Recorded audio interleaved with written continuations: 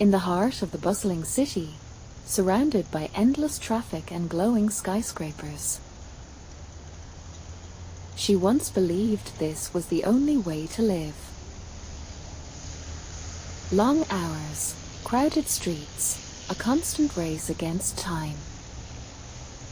Years passed, and the weight of deadlines and expectations grew heavier. She smiled at meetings, laughed at after-work dinners, but at night, in her tiny apartment, she felt empty. Until one evening, staring at the city skyline through her window, she finally asked herself, "Oh, what if I just leave?" It was not an easy choice. Leaving behind a stable job, friends, and the life she had built. But she knew comfort was not the same as happiness. So, with one suitcase, a backpack, and a heart full of uncertainty, she bought a one-way ticket to the countryside. The air smelled different here, fresh, alive. Fields of green stretched as far as her eyes could see. Villagers smiled as she passed, their pace unhurried, their eyes calm. It felt like stepping into another world, one she didn't realize she had been longing for.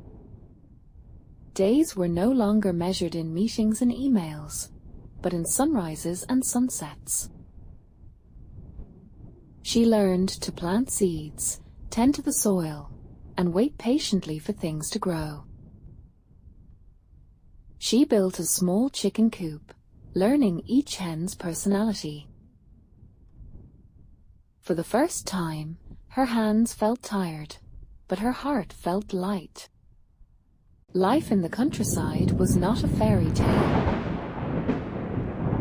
There were storms that destroyed her garden, mornings when her hands ached from work, and nights when loneliness crept in. But she discovered that challenges here felt different. They didn't drain her, they shaped her.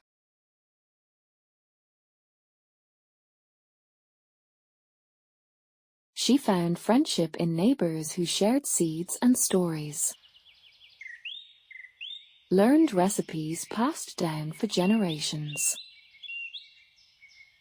And in helping each other, whether mending a fence or harvesting crops, she found a sense of community she had never felt in the city.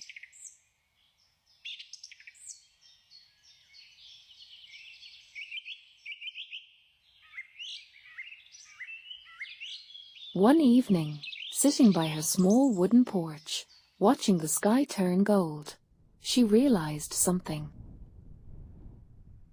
She hadn't just changed her address.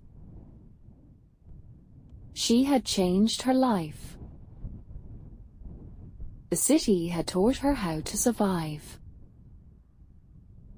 The village was teaching her how to live. She no longer measures her worth by titles or income,